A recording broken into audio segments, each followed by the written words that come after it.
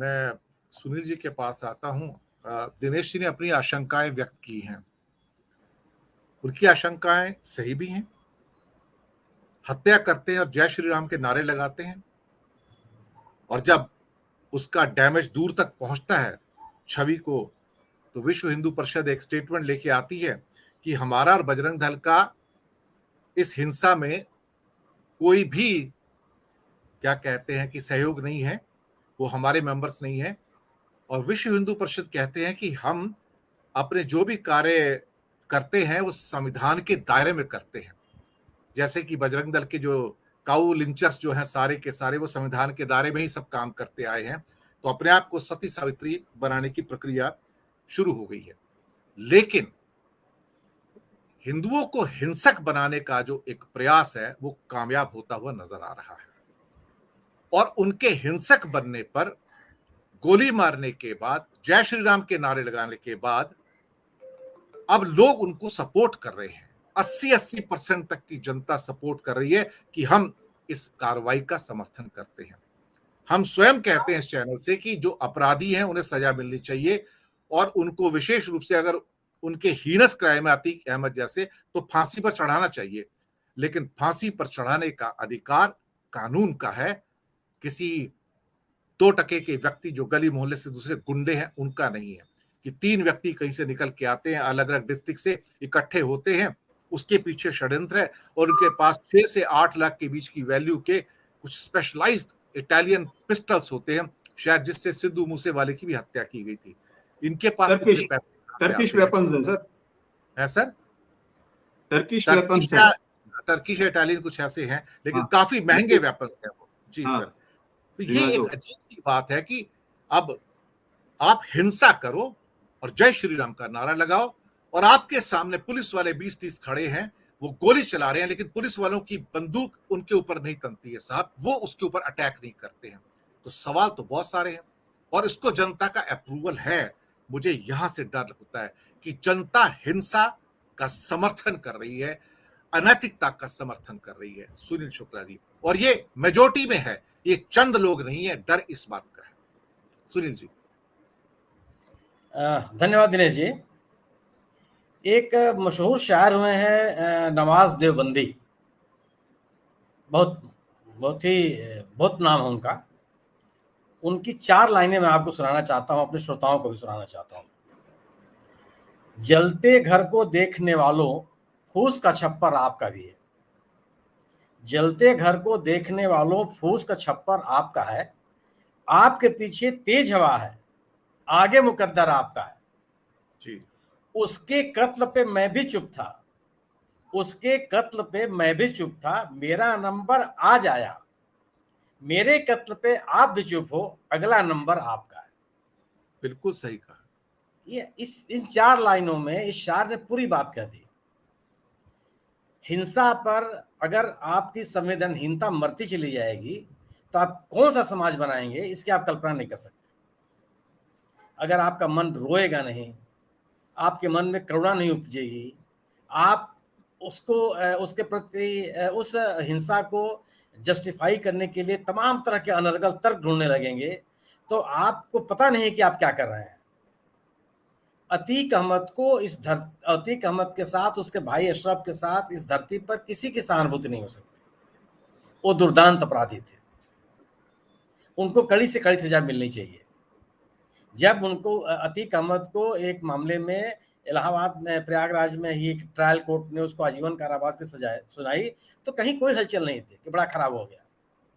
वो बड़ा भारी देवदूत था, उसको सजा देके न्यायालय ने न्याय कर दिया। अगर लोकतंत्र के 75 साल पूरे करने के बाद अगर आप किसी अपराधी को सजा देने के लिए एक व्यक्ति द्वारा की गई हिंसा को आप जस्टिफाई करने के लिए तैयार हैं, तो आप कहां जा रहे हैं, किस सुरंग में आप घुसे हुए हैं, इसका अंदाजा आप नहीं कर सकते। यह कोई भी सभ्य समाज इसको स्वीकार नहीं करना चाहिए। सवाल यह है कि जिन लोगों को समाज को, आम जनता को नागरिक बनाने की जिम्मेदारी होती है, जब वो हाइप क्रिएट करने लगते हैं इन चीजों को जस्टिफाई करने के लिए, चिंता तब होती है।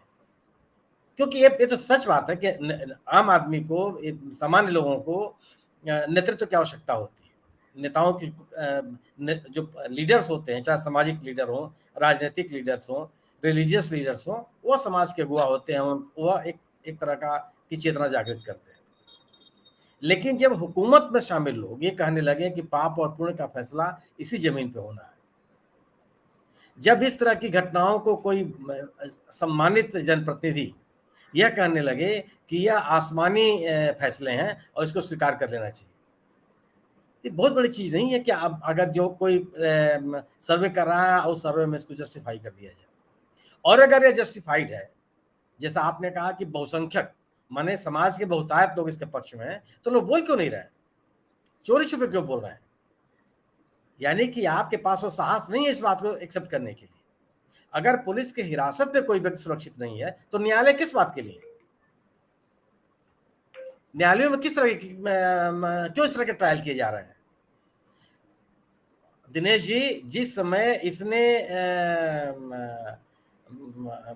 अतीक ने एक व्यक्ति की हत्या की थी, इसी तरह से तमाम लोग कहते थे कि चलिए बहुत अच्छा हुआ, एक बड़ा कुख्यात अपराधी मारा गया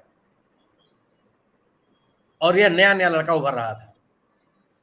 मैं उस समय इलाहाबाद विश्वविद्यालय के विद्यार्थी था, कोई हलचल नहीं थी, शहर में कोई प्रतिक्रिया नहीं हुई, क्योंकि जो व्यक्ति मारा गया था और जिसको मारने का आरोप इसके ऊपर लगा था वो दुर्दांत अपराधी था। क्या हुआ? जिस समय लोगों को हिंसा के खिलाफ बोलना चाहिए था, उस समय लोगों ने चुप्पी साधी और आज एक दुर्दांत अपराधी लोगों ने देखा। वो जो जिन 3 लड़कों ने उसकी हत्या की है, वो तो आपने नए अतीक पैदा कर रहे हैं आप।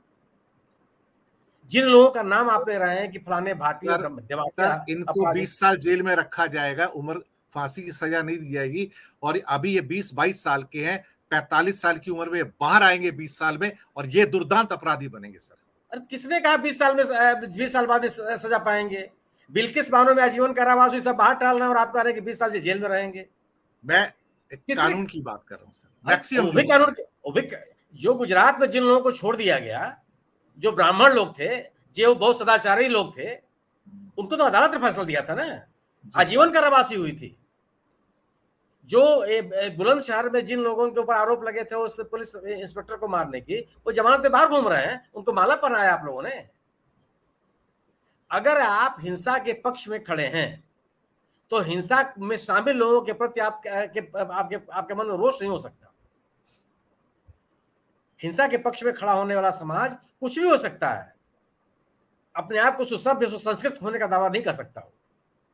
अगर सब लोग अपने अपने मसले का हल अपने हाथ से ही कर लेंगे तो किस बात के लिए कानून का राज है? किस बात के लिए आप न्यायालयों में जा रहे हैं और आप आरोप पत्र बनवा रहे हैं और बहस कर रहे हैं और सजा दिलवा रहे हैं? अतीक अहमद को यही सजा अगर न्यायालय में उसको फांसी पर लटका दिया था, किसको इससे लेना लादना था? आज क्या हो रहा है? अगर एक वर्ग ये कह रहा है कि नहीं बहुत अच्छा हुआ, तो एक छोटा ही वर्ग वो कह रहा है कि नहीं बहुत बुरा हुआ। एक तरीका नहीं, माने कानून का राज नहीं हो सकता। और कानून का राज स्थापित किए बगैर आप तरक्की पसंद नहीं हो सकते हैं। किसी भी हिंसा को आप जस्टिफाई नहीं के पक्ष में आप नहीं खड़े हो सकते अगर आप तरक्की चाहते हैं, अगर एक सुसंस्कृत और सभ्य समाज आप बनाना चाहते हैं, आने वाली संस्कृति को एक सुरक्षित भविष्य आप देना चाहते हैं, मानव मूल्यों और लोकतांत्रिक मूल्यों में आस्था के साथ अगर आप आने वाली पीढ़ी को आगे बढ़ाना चाहते हैं, तो किस बात के लिए है आपकी? तो ठीक है, जिसके हर आदमी अपना मसले जो है अपने अपने ताकत से हल कर लेंगे।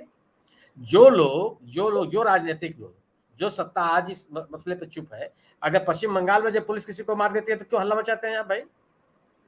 वो भी तो एक सिस्टम है। जिन मुद्दों पर सर्वकालिक और सार्वदेशिक रूप से अगर आप खड़े नहीं हो सकते हैं, उस पक्ष में कभी उस बात के पक्ष में कभी खड़ा होना नहीं चाहिए जी।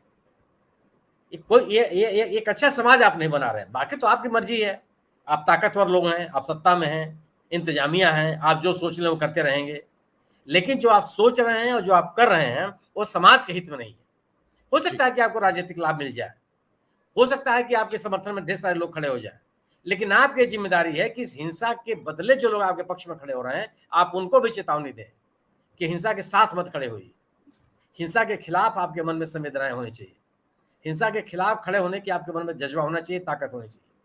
तब आप एक मजबूत, सुशब्द, सुसंस्कृत, मानवाधिकार से सुसज्जित और एक सुरक्षित भविष्य बना सकते हैं।